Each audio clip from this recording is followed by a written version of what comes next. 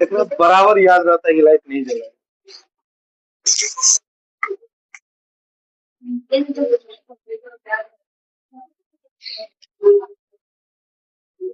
Welcome to our channel vision classes by Rahul sir. दोस्तों, तो आज हम लोग क्लास 9 के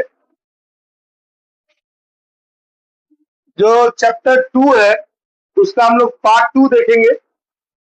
हमने इसके पहले के पार्ट में इससे पीछे की चीजों को देखा हुआ था।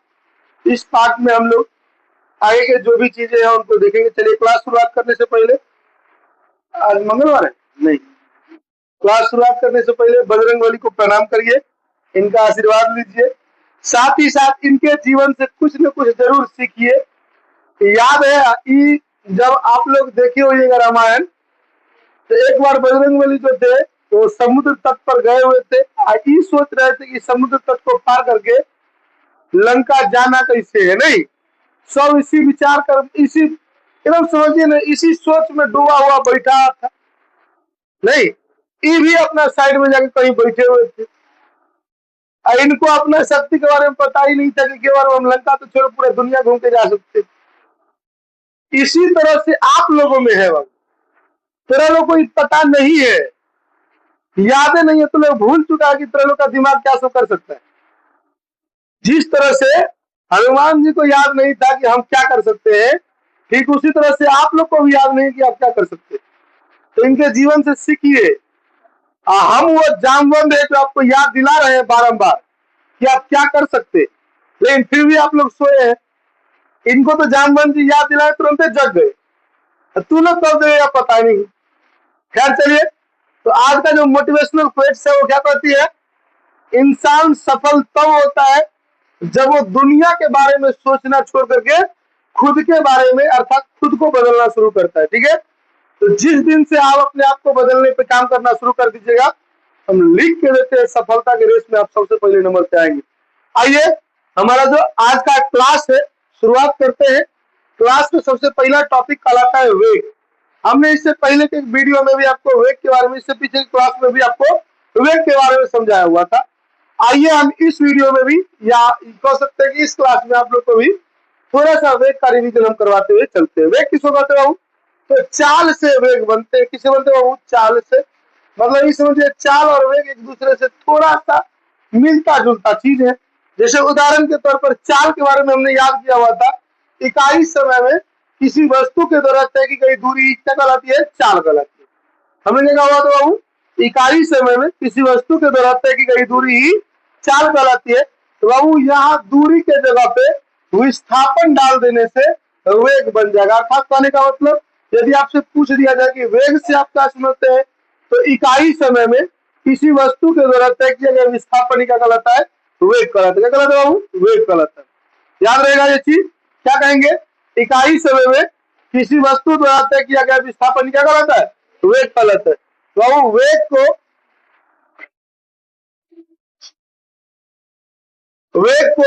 यू और वी दोनों से सूचित किया जाता है।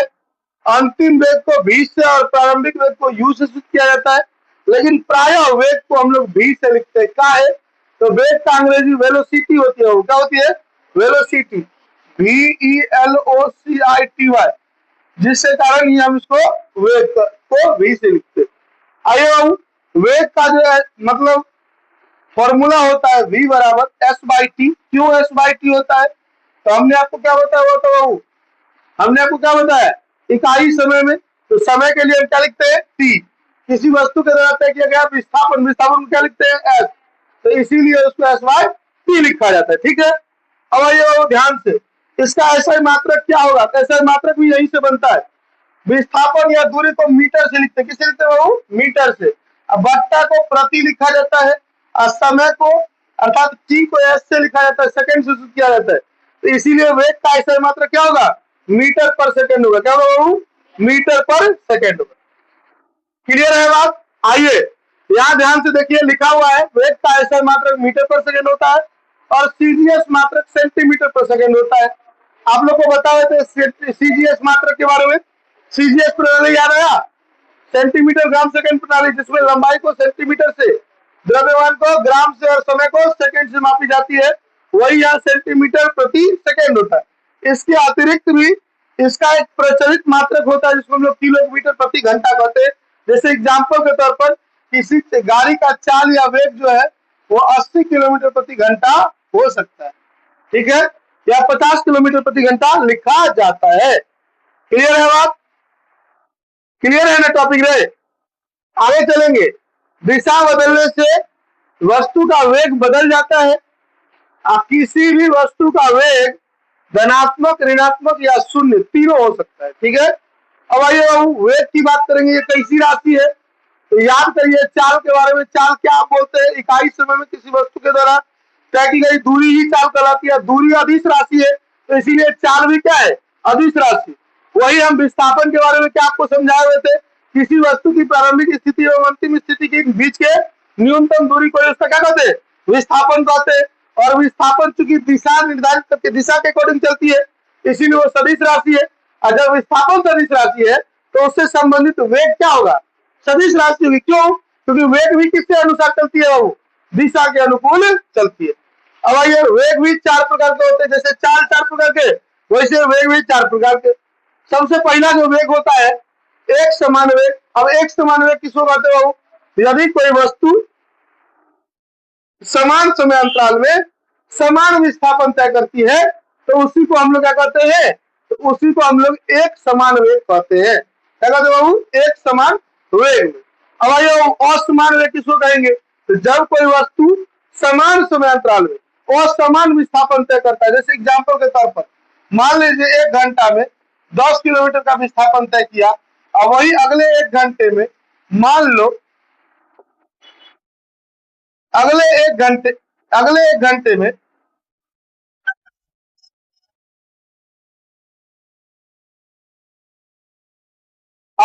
घंटे में मात्र 5 किलोमीटर का विस्थापन तय करता है। तो हमने क्या देखा?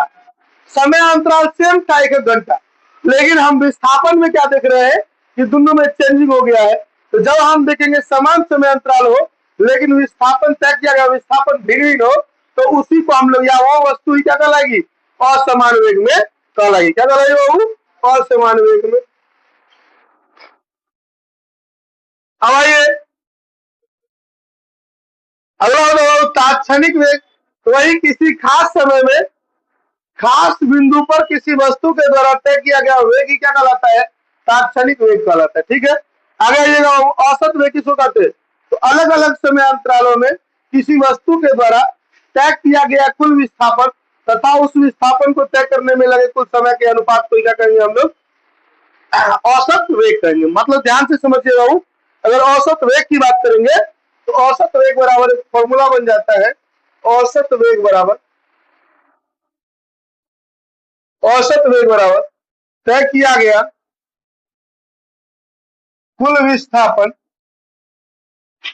बट्टा में लगा कुल। क्लियर है बाबू? कोई दिक्कत तो नहीं है? तो इसका परिभाषा कैसे बनेगा? तो औसत वेग बराबर परिभाषा बनता है किसी वस्तु द्वारा तय किया गया कुल विस्थापन तथा उस विस्थापन को तय करने में लगे कुल समय के अनुपात को क्या कहते हैं हम लोग? औसत वेग कहते हैं, ठीक है। तो हम लोग आगे बढ़ते हैं। हम लोग अब यहाँ एक बार इसको पढ़िए, बस हम आगे बढ़ेंगे, ज्यादा टाइम वेस्ट नहीं करेंगे। देखिए बाबू यहाँ कुछ वस्तुओं की चाल दी गई है। कछुआ की चाल है जो 0.5 किलोमीटर प्रति घंटा, मतलब 1 घंटा में 0.5 किलोमीटर चलती है, अर्थात 500 मीटर तक तय करती है। आगे मधुमक्खी का जो गति है वो 16 किलोमीटर प्रति घंटे की रफ्तार से चलती है। बाज की जो चाल है बाबू 152 किलोमीटर प्रति घंटा की रफ्तार से चलती है। वायु की चाल मंद बोने से 32, ठीक है। और समरूप गति से चलने वाला जो मनुष्य होता है उसकी चाल कितनी हो जाती है?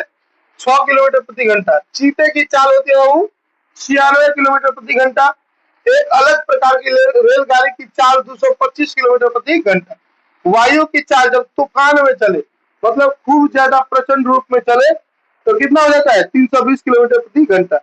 सूर्य के चारों ओर परिक्रमा करने वाले पृथ्वी की चाल 1.072 गुणे 10⁵ किलोमीटर प्रति घंटा का होता है। यहाँ दो फॉर्मूले का इस्तेमाल किया जाएगा। कहेगा सर दो फॉर्मूला कौन कौन सा लगेगा? देखो ध्यान से, कि दूरी दिया हुआ है, क्या दिया हुआ है? दूरी, इसको D1 मान लीजिए, कितना दिया हुआ है 30 किलोमीटर।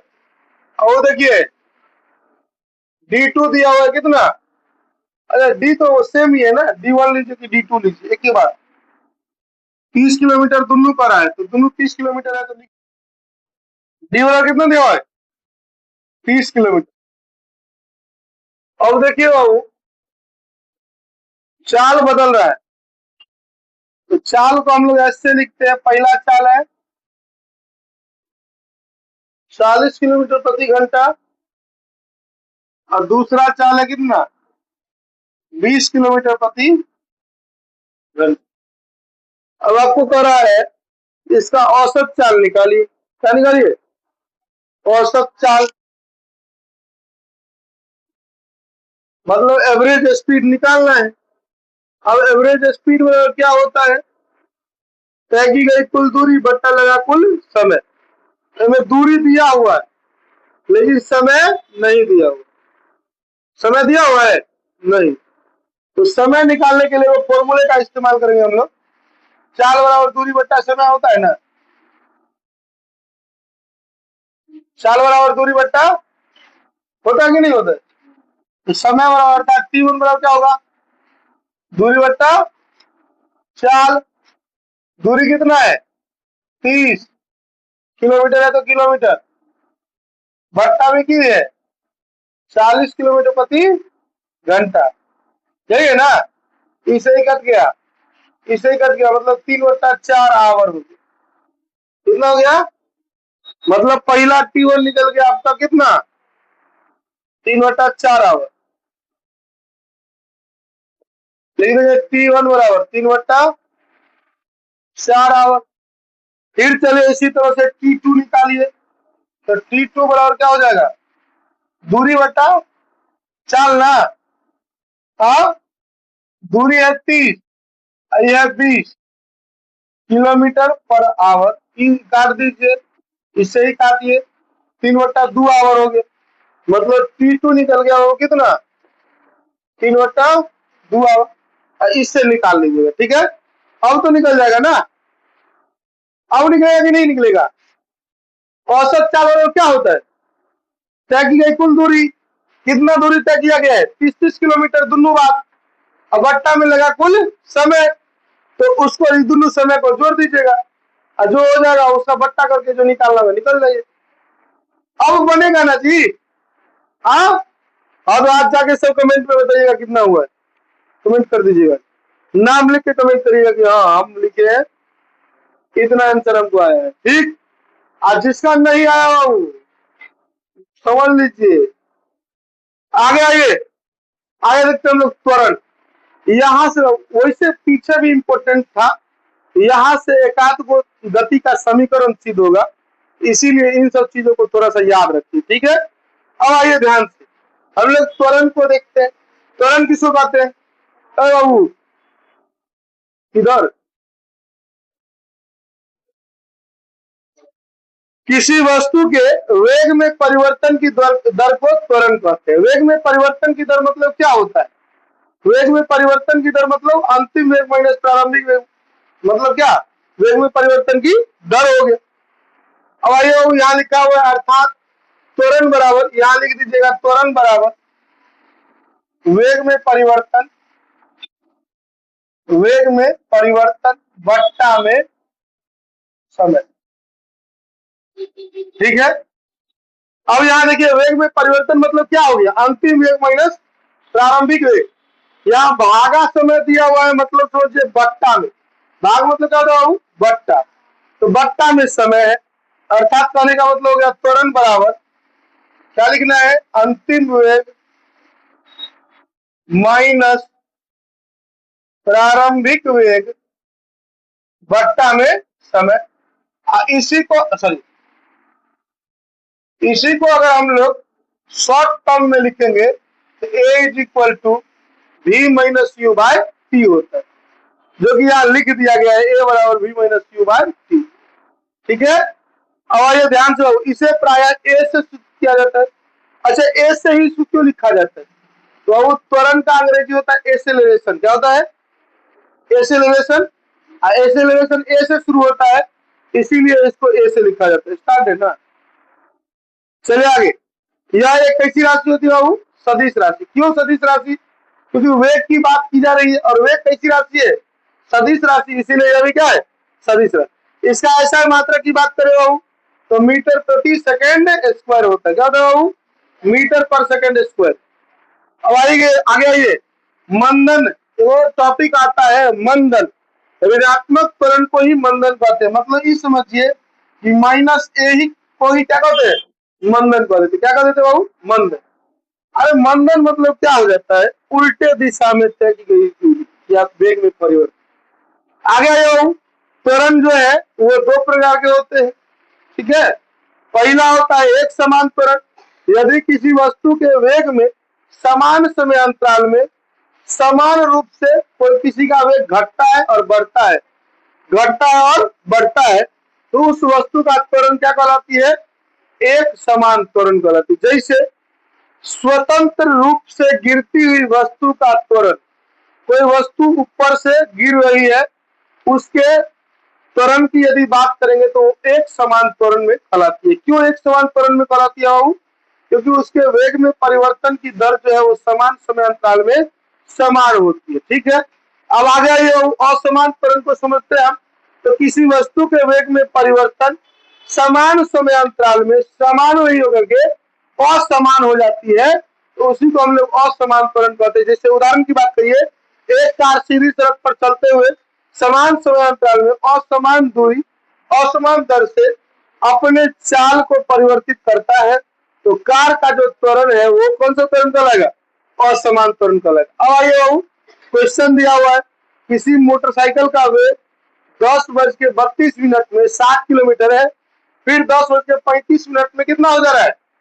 80 किलोमीटर प्रति घंटा हो जा रहा है। तो बताइए आपको मोटरसाइकिल का त्वरण कितना है? आप लोग ही मोटरसाइकिल पर बैठे रहते हैं, तो आप लोग जो है सो यहाँ से मान लीजिए लिलौल गांव तक जब तक पार नहीं होते तब तक 20-30 के स्पीड में जाते हैं, और जब ये स्कूल पार किए आगे सीधे सीधे ठेका देते 110-120। तो कहता है बताइए आपका उसका त्वरण कितना होगा? तो ध्यान से देखिए बाबू, त्वरण बराबर हमने क्या फॉर्मूला बताया?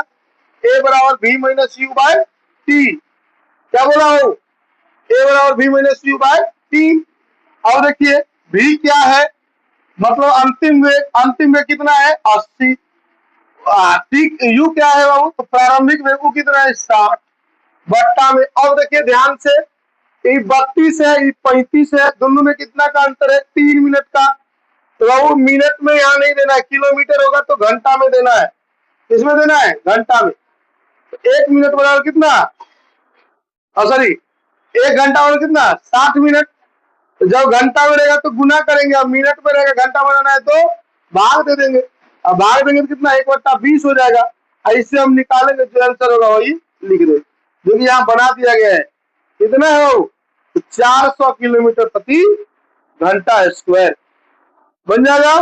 तो चलिए ये भी हम आप लोगों से देखना चाहते हैं। आप लोग कॉपी में बना के कमेंट बॉक्स में कॉपी का फोटो भेजिए।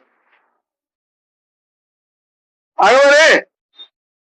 अब आगे आइए बाबू, हम लोग ग्राफ को देखते हैं। किसको देखते हैं बाबू? ग्राफ। ग्राफ किसको कहते हैं? कहा जाता है दो परिवर्तनशील राशियों के बीच जो ज्यामितीय निरूपण होता है उसी को ग्राफ कहते हैं। ध्यान से देखिए बाबू, ग्राफ किसको कहा जाता है? देखिए ऐसे करके आप खींच दिए, यही क्या कहलाएगी? ग्राफ। क्या कहलाएगी बाबू? तो देखिए यही लिखा हुआ है, दो परिवर्तनशील राशियों के बीच जो ज्यामितीय निरूपण होता है उसी को क्या कहते हैं? ग्राफ। अब देखिए ग्राफ खींचने के लिए दो राशियों को चुना जाता है। एक वह राशि जो स्वतंत्र होती है तथा एक वह राशि जो आश्रित होती है। तो स्वतंत्र राशि को एक्स अक्ष कहते हैं और आश्रित राशि को वाई अक्ष कहते हैं। उदाहरण स्वरूप ऊपर की सारणी में ओवर की संख्या स्वतंत्र होती है, इसीलिए एक्स अक्ष पर तथा प्रति ओवर के अंत में बनाए गए रन आश्रित होते हैं, इसीलिए इसे वाई अक्ष पर दर्शाया जाता है। ये एग्जाम्पल दिया हुआ है, इसको थोड़ा सा इग्नोर करके चलिए। ये समझ रहा हूं, स्वतंत्र राशि में कौन कहलाती है? एक्स अक्ष, और आश्रित राशि में कौन कहलाती है? वाई। अब आइए ग्राफ से हमें क्या क्या चीजें मिलती है और क्या क्या चीजें हमको देखनी पड़ती है ग्राफ। तो ध्यान से समझिए, दो लंबवत रेखाओं को ग्राफ खींचने के लिए खींचा जाता है, जैसा कि हमने खींचा है। लंबवत रेखा मतलब समझते हैं आप? लंबवत रेखा मतलब है यही हो गया, एक दूसरे पर सीधा खड़ा है कि नहीं है? आप जिस भी तरफ देखिए लगता है एक दूसरे पर सीधा खड़ा है, नहीं है? जब एक दूसरे पर सीधा खड़ा हो, जैसे हम लोग पैर जमीन पर हम खड़े हैं, कैसे है? लंबवत है। ईंट दीवार कैसा है? लंबवत है। बेंच डेस्क कैसे है? लंबवत है।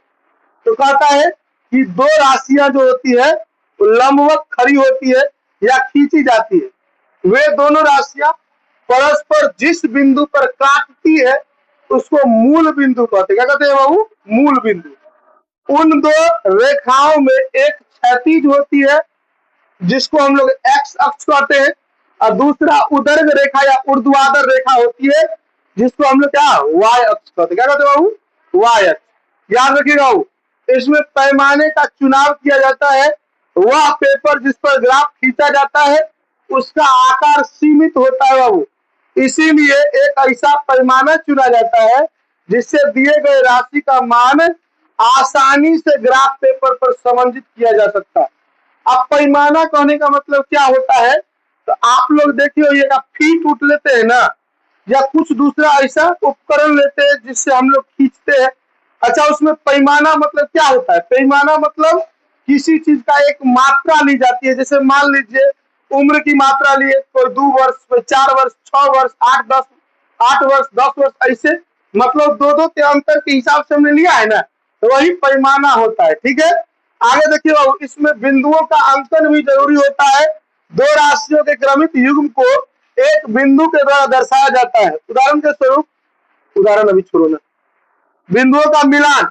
बिंदुओं के निर्धारण के बाद मुक्त हस्त से उन बिंदुओं को मिला करके ग्राफ प्राप्त किया जाता है। ध्यान से समझिए, मान ले कि पूरा निर्देशांक दे दिया 1,1, फिर निर्देशांक दे दिया 2,1, फिर निर्देशांक दे दिया 3,1, तो ये हो गया ना।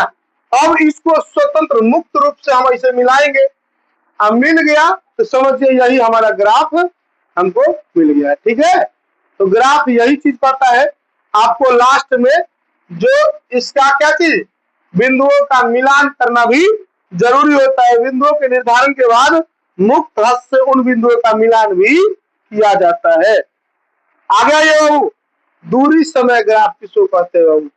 तो जिस किसी वस्तु के द्वारा तय की गई दूरी तथा उस दूरी को तय करने में लगे कुल समय के बीच खींचे गए ग्राफ को ही हम लोग दूरी समय ग्राफ कहते हैं। मतलब ये समझिए, हम कोनो दूरी तय कर रहे हैं और उस दूरी को तय करने में समय को भी हम किसी ग्राफ पर उसको निर्देशित कर रहे हैं, तो उसी ग्राफ को हम लोग दूरी समय ग्राफ कहते हैं। क्या कहते हैं? दूरी समय ग्राफ। इस ग्राफ में समय को एक्स अक्ष पर रखा जाता है और दूरी को वाई अक्ष पर रखा जाता है। ठीक है, उदाहरण के स्वरूप अगर बात करिएगा तो एक वस्तु समान चाल से या असमान चाल से चल रही है और उसका हम ग्राफ खींच रहे हैं, तो उसका ग्राफ बना रहे हैं, तो हो गया दूरी समय ग्राफ। जैसे एग्जाम्पल के तौर पर समझिए, मान लीजिए हमने एक ऐसे कहा आपको ग्राफ बनाइए, क्या करिए बाबू? ग्राफ बनाइए। ग्राफ में सबको पता है इसको हम लोग क्या कहते हैं? एक्स अक्ष कहते हैं। इसको क्या कहते हैं? वाई अक्ष कहते हैं। तो जैसा कि दूरी समय ग्राफ हमको बताती है यहाँ कि इसमें इस ग्राफ में समय को एक्स अक्ष पर रखेंगे और दूरी को वाई अक्ष पर रखेंगे, तो इस तरह से हम लोग यहाँ लिख देंगे 1, 2, 3, 4, 5 लिख दिए। अब लिख देंगे समय, पोस्ट में लिख देंगे घंटे में। क्लियर है बात? अब उसके बाद मान ले कोई 2 किलोमीटर चलता है, कोई 4 किलोमीटर चल पाता है, कोई 6 किलोमीटर चल पाता है, तो ये इसको हम ऊपर में लिखेंगे और लिख देंगे यार दूरी किसमें? किलोमीटर। अगर इस तरह का ग्राफ हम खींच लिए तो इसी ग्राफ को हम लोग कहते हैं दूरी समय ग्राफ। क्या कहते हैं बाबू? दूरी समय ग्राफ। आगे बढ़े, आगे जो अवगर आता है, जब वस्तु विरामावस्था में होता है, तो जब वस्तु विरामावस्था में रहता है तो समय के साथ ये ग्राफ में मतलब स्थान नहीं बदलता है, लेकिन ये ग्राफ में जो है तो कहीं ना कहीं चेंजिंग होना शुरू हो जाता है। आप लोग देखे होइएगा जब क्रिकेट में रन उन बन रहा होता है, क्रिकेट देखते हैं ना सब आदमी, लड़का लोग तो देखता है खास करके, तो देखिए होइएगा जब रन का पीछा करते हुए जाता है कौन, दूसरा विपक्षी टीम, तो पहले देखिए होइएगा क्या करता है, ऐसा करके ग्राफ बनल रहता है, बनल रहता है ना। और उसके बाद क्या होता है, ऐसे ऐसे करके रन जा रहा होता है, तब तो विकेट टूट गया, विकेट गिर गया, यहाँ ऐसे करके को बिंदु दे दिया, नहीं यहाँ एगो विकेट गिरा, ऐसे करते करते करते करते करते यहाँ चला गया, चल गया ना। और देखो जैसे इंडिया और पाकिस्तान से चल रहा है मैच, इंडिया का तो ये हो गया ऐसे ग्राफ, अब वही पाकिस्तान के ग्राफ की बात करेंगे तो पाकिस्तान का ग्राफ ऐसे भाग रहा, यही दो तीन गो मान ले गिर गया, ये कहता क्या विकेट गिर गया, ऐसे करते करते करते करते पता चले ग्राफ के बीचों में नहीं पहुंचा, यही पूरा ओवर नहीं खेला, ये ओवर हो जाता है, ये रन हो जाता है, नहीं तो ऐसे ऐसे करके ग्राफ बन जाता है, पाकिस्तान हार गया, है कि नहीं है। तो मतलब ये समझ जाओ कि अगर वही कोई टीम उठी, कोई टीम मान ले कोई टीम है, वो टीम वैसे तो भारत से कोई टीम नहीं जीतेगा, हम जितवाएंगे ही नहीं, लेकिन फिर भी मान लो जीतना नहीं है, अगर इसी के बराबर में चल रहा है तो देखिएगा ऐसे ग्राफ चलती है, ठीक है, ऐसा जाके मान ले सब सब विकेट गिर गया, हार गए। अरे भारत को थोड़ी हराना है, ग्राफ में भी भारत नहीं हारना चाहिए बाबू,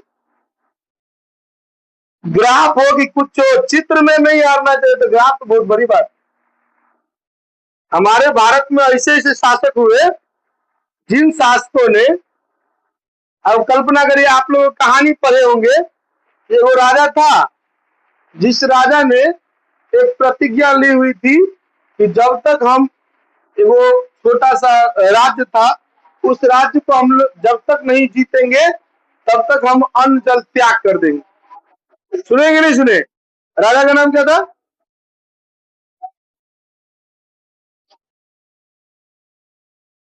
अच्छा, किला कौन सा था? बूंदी का किला, नहीं बूंदी का किला था, और शायद महाराणा प्रताप थे कि कौन थे,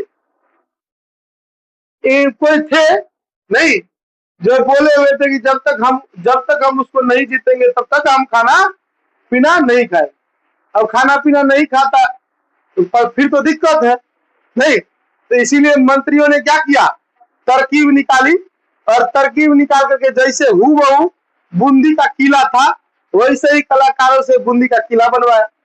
बूंदी का किला जब बनकर तैयार हुआ, राजा उस किला में युद्ध करने के लिए जाते अगले दिन, उससे पहले ही वहां मतलब कुछ सोच रहा था राजा का मंत्री जो है, बूंदी का किला बनाया जाए और उस किला में 10 गो 20 गो 50 गो 200 400 सैनिक जो है पुराना वाला, अपने वाला कुछ कुछ सैनिक को डाल दे, जो कि हार जाए इनसे, हारने के बाद बेचारे खाना खाइए ना लेंगे, अपना प्रतिज्ञा टूट मतलब खत्म कर लेंगे। फिर उसके बाद जैसे जैसे समय बीतेगा हम लोग सबल होंगे, हम लोगों में क्षमता उतनी आ जाएगी, तब जाके हम लोग उसको जीत लेंगे बूंदी का किला। किसी कारण बस बूंदी का ही कोई एगो दो सिपाही था जो उसको के गुजर रहा था, तो उसने देखा तो उसको आश्चर्य लगा कि भाई हमारे किला जैसा ही किला बन रहा है, ये काहे बन रहा है।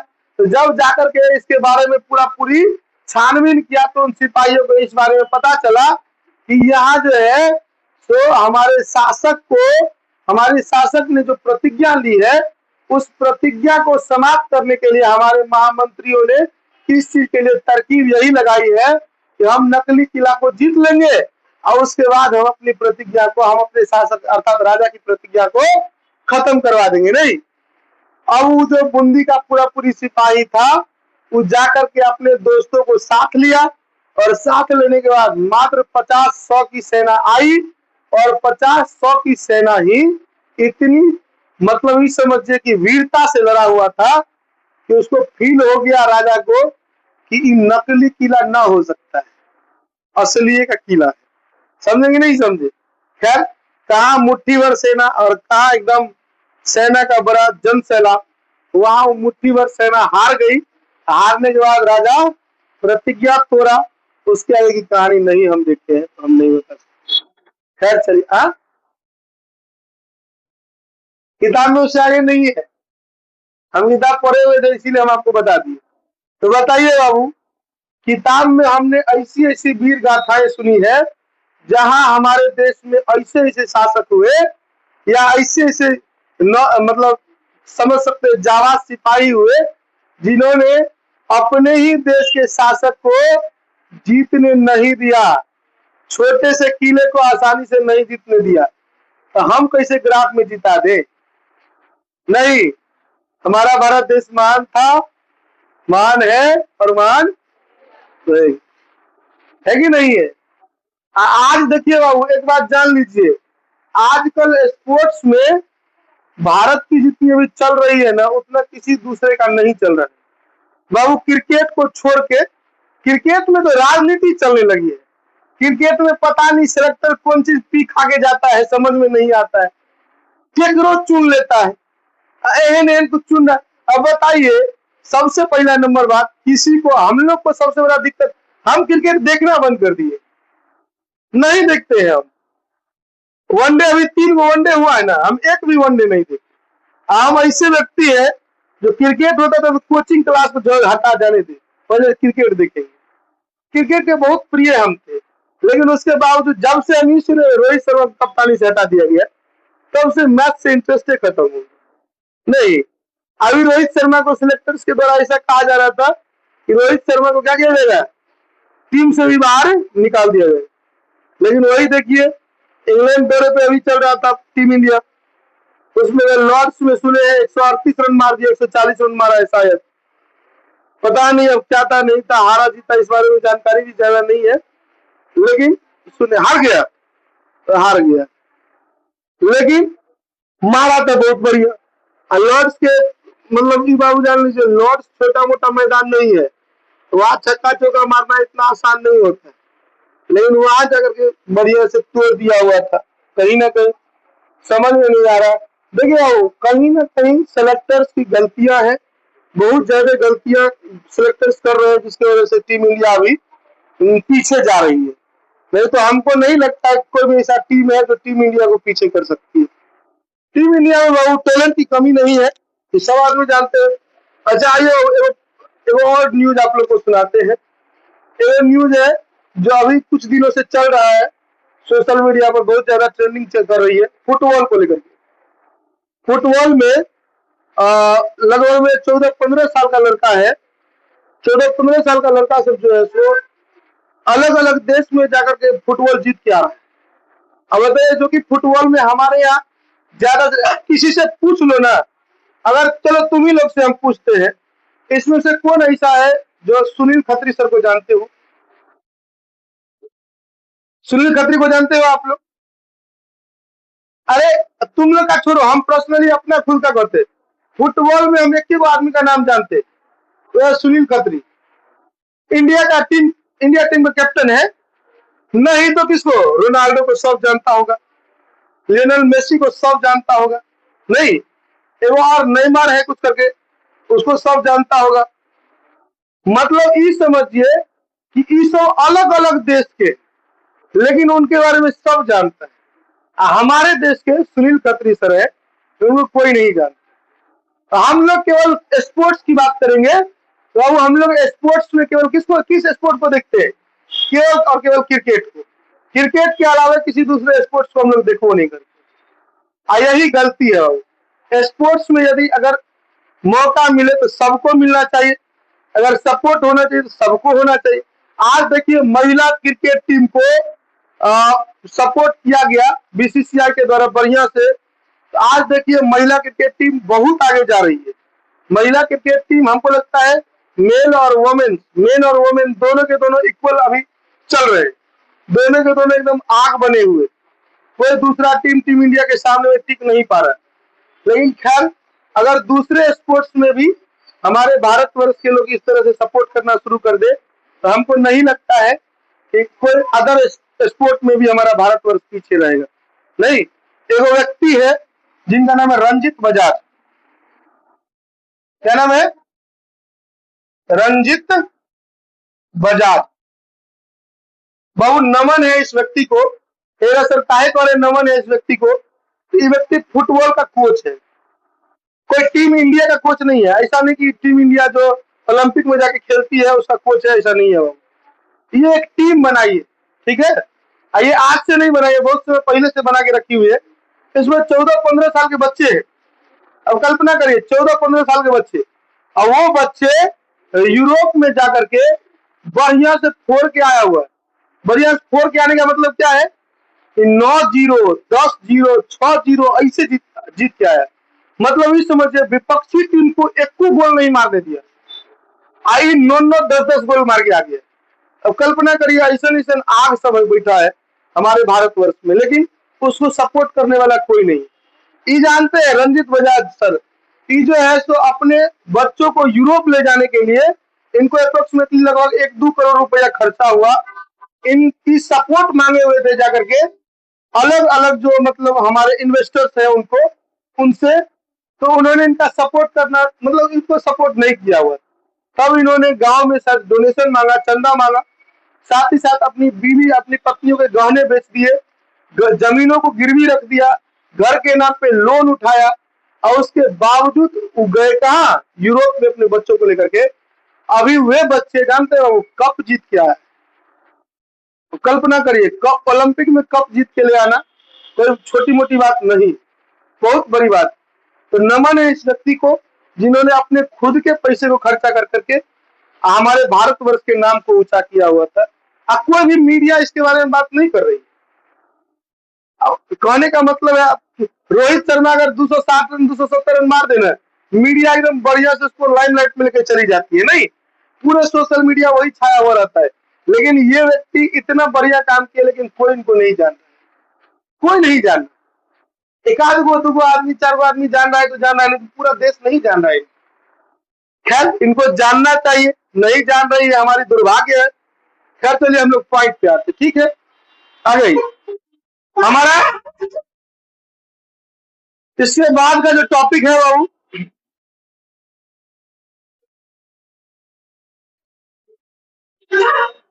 कुछ क्वेश्चंस है जो कि बनाने हैं आप लोग को, और शायद इसमें अब नहीं है कोई भी टॉपिक यहाँ। और भी टॉपिक है इस लेसन में, ऐसा नहीं कि नहीं है, लेकिन हमारे जो स्लाइड है इसमें नहीं डाला गया है। तो हम लोग इसके आगे के टॉपिक को नेक्स्ट वीडियो में या नेक्स्ट क्लास में आप लोग के सामने रखेंगे। नहीं, यदि आपको ये वीडियो अच्छा लगता हो आप वीडियो को लाइक जरूर कर दिया करें। साथ ही साथ कमेंट बॉक्स में जरूर सब तो लोग आंसर जरूर देना। अगर नहीं आंसर दिया तो फिर जान ले। तो कमेंट बॉक्स में अगर कमेंट जरूर करें। साथ ही साथ इसी प्रकार के और भी कंटेंट के लिए हमारे इस YouTube channel vision classes by Rahul sir को आज ही सब्सक्राइब करें। मिलते हैं नेक्स्ट वीडियो में, तब तक के लिए जय हिंद जय भारत।